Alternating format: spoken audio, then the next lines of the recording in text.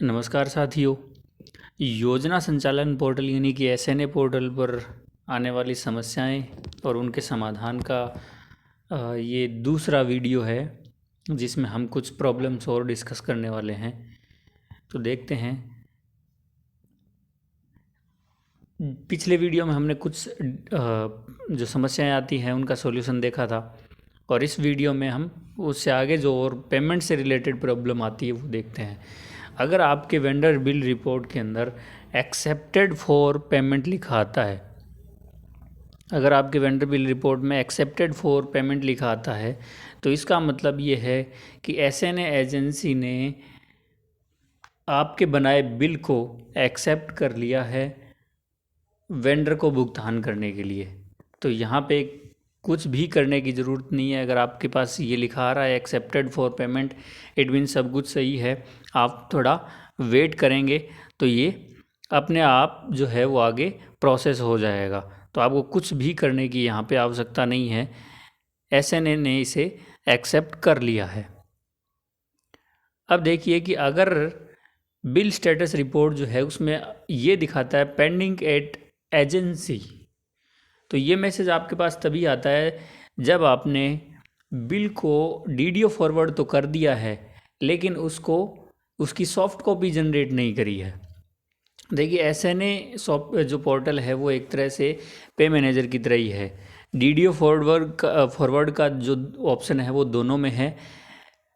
पे मैनेजर पर treasury forward का ऑप्शन रहता है, जो कि एसएनए पोर्टल के अंदर ट्रेजरी फॉरवर्ड का ऑप्शन न हो करके उसकी जगह सेम प्रोसेस में सॉफ्ट कॉपी जनरेट करने का ऑप्शन दिया गया है।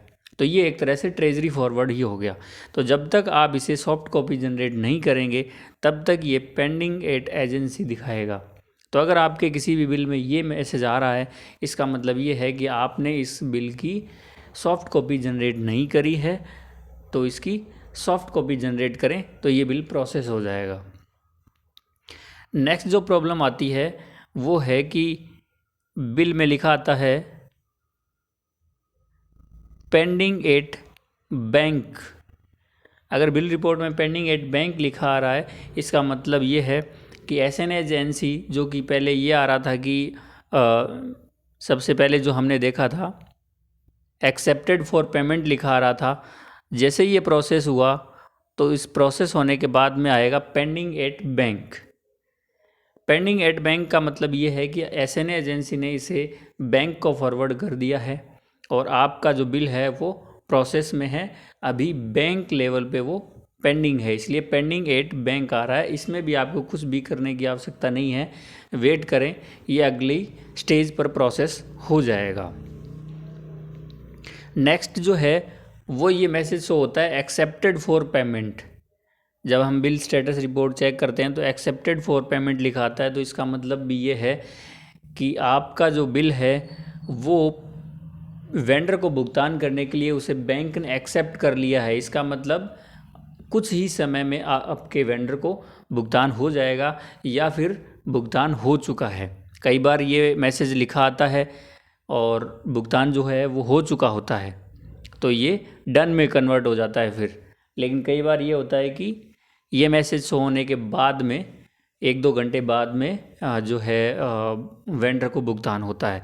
तो अगर एक्सेप्टेड फॉर पेमेंट लिखा आ रहा है, इट मीन्स ये है कि पेमेंट या तो हो चुका है या फिर कुछ ही समय में ये पेमेंट जो है वो वेंडर को चला जाएगा। इसके जो आगे है, जैसे ये वेंडर के अकाउंट में पैसा जमा हो जाता है तो वहाँ पे आता है डन लिखा हुआ।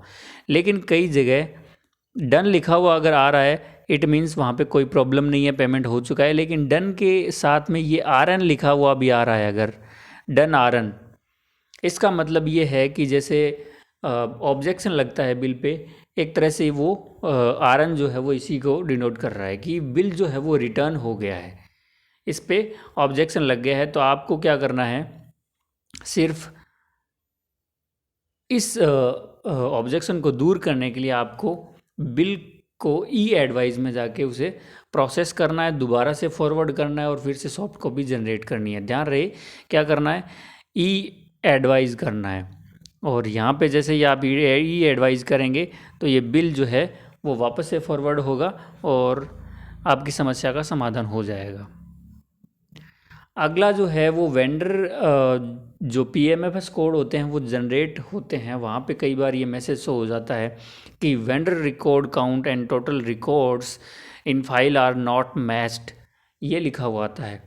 इसका मतलब जो है इस समस्या का समाधान हम कैसे करें, तो इस समस्या के समाधान के लिए जहाँ पे आप वेंडर को ऐड करते हैं उसकी सारी डिटेल फिल करने के बाद, उसकी bank detail, IFSC code, pan card number वगैरह सब फिल करने के बाद हम उसे ऐड करते हैं और ये मैसेज शो हो जाता है। तो आपको वापस से वहीं पे जाना है और उसको अकाउंट नंबर से सर्च करके उसकी डिटेल को एक बार अपडेट कर देना है। तो आप अगर अपडेट करेंगे तो आपकी इस समस्या का समाधान हो जाएगा। ये जो प्रॉब्लम्स थी हमने इनके समाधान देखे हैं। अगर ये वीडियो आपके लिए हेल्पफुल है तो प्लीज़ इसे लाइक करें, शेयर करें और सब्सक्राइब करना ना भूलें। और भी इसी तरह की SNA और शिक्षा विभाग से संबंधित जानकारियों के लिए जुड़े रहें हमारे साथ। धन्यवाद।